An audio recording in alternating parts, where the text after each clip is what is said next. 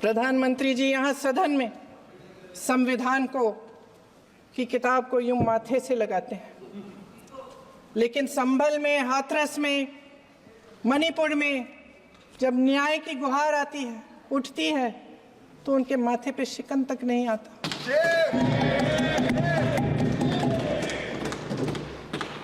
शायद समझ नहीं पाए हैं कि भारत का संविधान संघ का विधान नहीं है।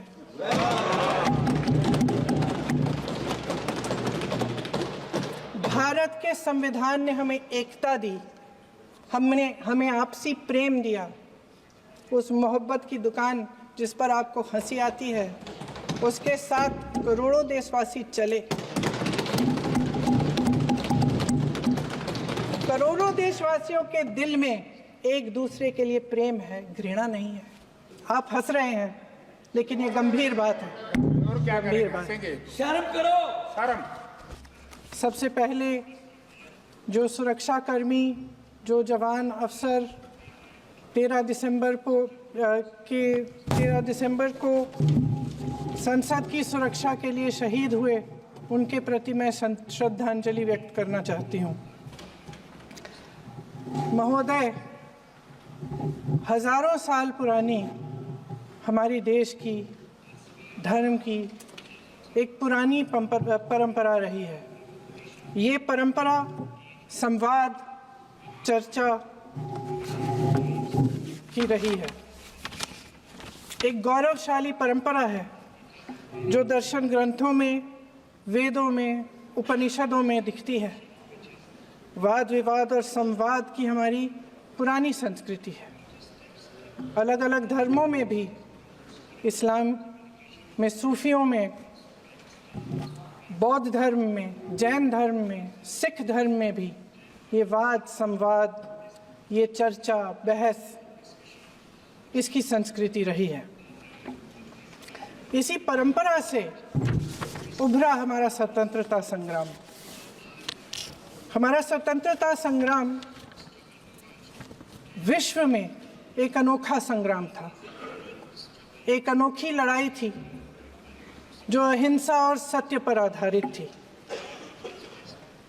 ये वाद संवाद की जो परंपरा है, इसको इस संग्राम ने आगे कैसे बढ़ाया? क्योंकि ये जो संग्राम था, ये जो लड़ाई थी हमारी आज़ादी के लिए, एक बेहद लोकतांत्रिक लड़ाई थी। इसमें देश के किसान, देश के जवान, देश के मजदूर, देश के अधिवक्ता, देश के बुद्धिजीवी, चाहे किसी भी जाति के हों, चाहे किसी भी धर्म के हों, चाहे किसी भी भाषा को बोलते हों, सब इस स्वतंत्रता संग्राम में शामिल हुए। सब ने हमारे देश की आज़ादी की लड़ाई लड़ी।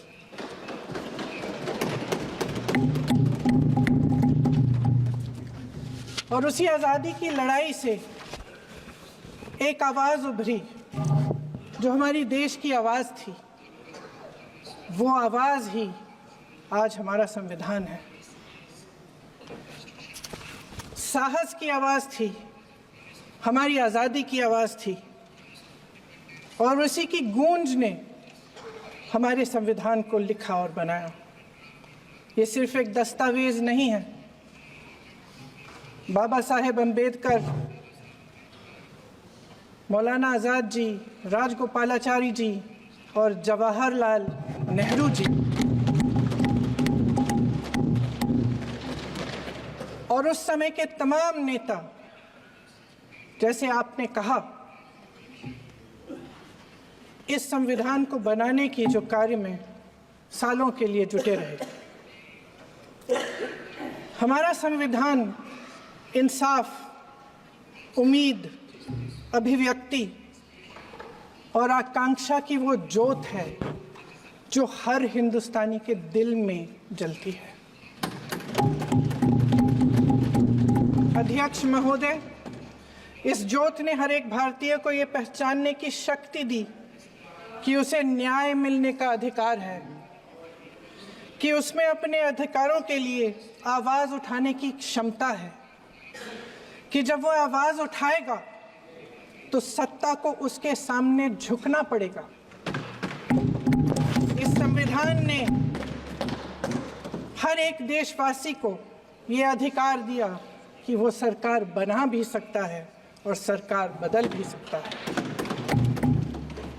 ये जोत जो हर हिंदुस्तानी के दिल में जलती है, उसने हर हिंदुस्तानी को ये विश्वास दिया कि देश की संपत्ति में, देश की दौलत में, संसाधनों में उसका भी हिस्सा है, कि उसे एक सुरक्षित भविष्य की उम्मीद का अधिकार है, कि देश बनाने में भी उसकी भागीदारी है। उम्मीद और आशा की ये जोत मैंने देश के कोने कोने में खुद देखी है। उन्नाव में मैं एक रेप पीड़िता के घर गई, उसे जलाकर मार डाला था। वो शायद 20-21 साल की होगी। हम सब के बच्चे हैं। हम सोच सकते हैं कि अगर हमारी बेटी के साथ बार बार बलात्कार हुआ और फिर जब वो अपनी लड़ाई लड़ने के लिए गई तो उसको जलाकर मार डाला गया होता तो हम पर क्या बीतती। मैं उस बच्ची के पिता से मिली। उसके खेत जलाए गए थे, उसके भाइयों को पीटा गया था, उसके पिता को बाहर से, घर के बाहर घसीट कर मारा गया था। उस पिता ने मुझे बताया कि बेटी, मुझे न्याय चाहिए। मेरी बेटी अपने एफआईआर को दर्ज करने के लिए जब जिले में गई तो उसको मना किया गया। अगले जिले में जाना पड़ा उसे। वो रोज सुबह 6 बजे उठकर तैयार होकर अकेली अपने मुकदमे को लड़ने के लिए अगले ज़िले में ट्रेन से जाती थी।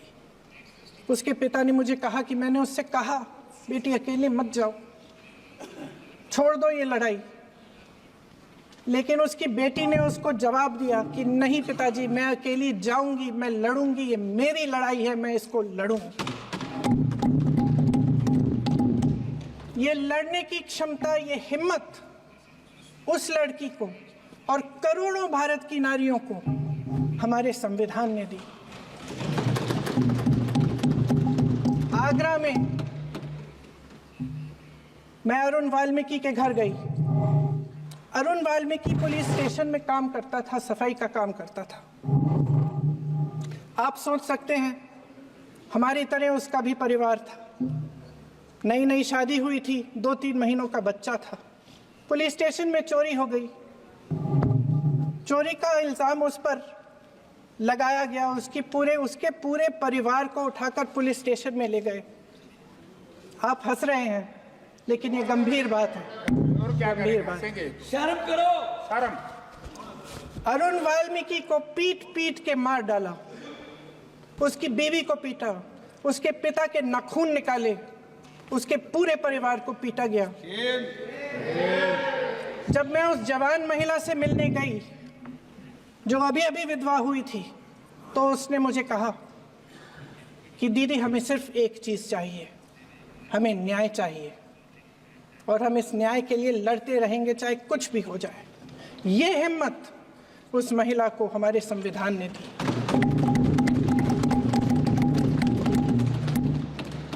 संभल के कुछ लोग आए थे हमसे मिलने जो मृतकों के परिवार के सदस्य थे। उसमें 2 बच्चे थे, अदनान और उजैर। आप सुनिए। उसमें 2 बच्चे थे, अदनान और उजैर। एक बच्चा मेरे बच्चे की उम्र का है, दूसरा उससे छोटा 17 साल का है। दर्जी के बेटे थे। दर्जी का एक ही सपना था कि वो अपने बेटों को पढ़ाएगा, लिखाएगा। एक बेटा डॉक्टर बनेगा, एक बेटा भी सफल होगा दूसरा बेटा भी अपने जीवन में सफल होगा। उनके पिताजी हर रोज उनको स्कूल छोड़ते थे। उस दिन भी स्कूल छोड़ने के बाद अपनी दुकान में चले गए। उन्हें पता नहीं था कि विवाद हो रहा है। उन्होंने भीड़ देखी, घर आने की कोशिश की तो पुलिस ने गोली से मार डाला। वो 17 साल का बच्चा अदनान मुझसे कहता है, वो 17 साल का बच्चा अदनान मुझसे कहता है कि मैं बड़ा होकर डॉक्टर बन के दिखाऊंगा, मैं अपने पिता का सपना साकार करूंगा। ये सपना, ये आशा उसके दिल में हमारे संविधान ने डाली। अध्यक्ष महोदय, हमारे देश के करोड़ों देशवासियों के संघर्ष में, अपने अधिकारों की पहचान में, इनकी कठिन से कठिन परिस्थितियों से लड़ने की अपार हिम्मत में और देश से न्याय की अपेक्षा में हमारे संविधान की ज्योत जल रही है। मैंने हमारे संविधान की ज्योत को जलते हुए देखा है और इसके साथ साथ ये भी समझा है कि हमारा संविधान एक सुरक्षा कवच है, एक ऐसा सुरक्षा कवच है जो देशवासियों को सुरक्षित रखता है, न्याय का कवच है, एकता का कवच है और अभिव्यक्ति की आज़ादी का कवच है। दुख की बात यह है कि मेरे सत्ता पक्ष के साथी जो बहुत बड़ी बड़ी बातें करते हैं, इन्होंने इन 10 सालों में ये सुरक्षा कवच, सत्ता पक्ष के मेरे साथियों ने ये सुरक्षा कवच तोड़ने का पूरा प्रयास किया है। संविधान में सामाजिक, आर्थिक और राजनीतिक न्याय का वादा है। ये वादा एक सुरक्षा कवच है जिसको तोड़ने का काम शुरू हो चुका है। लैटरल एंट्री और निजीकरण के जरिए ये सरकार आरक्षण को कमजोर करने का काम कर रही है। अगर लोकसभा में ये नतीजे नहीं आए होते तो ये संविधान बदलने का काम भी शुरू कर लेते। सच्चाई ये है अध्यक्ष महोदय कि आज संविधान बार बार इसलिए कह रहे हैं क्योंकि इस चुनाव में इनको पता चल गया कि इस देश की जनता ही इस संविधान को सुरक्षित रखेगी, कि इस चुनाव में हारते हारते जीतने से इन्हें एहसास हुआ कि ये संविधान बदलने की बात इस देश में नहीं चलेगी। आज जनता की मांग है कि जाति जनगणना हो। सत्ता पक्ष के मेरे साथी ने इसका जिक्र किया। ये जिक्र भी आज इसलिए हो रहा है क्योंकि चुनाव में ये नतीजे आए।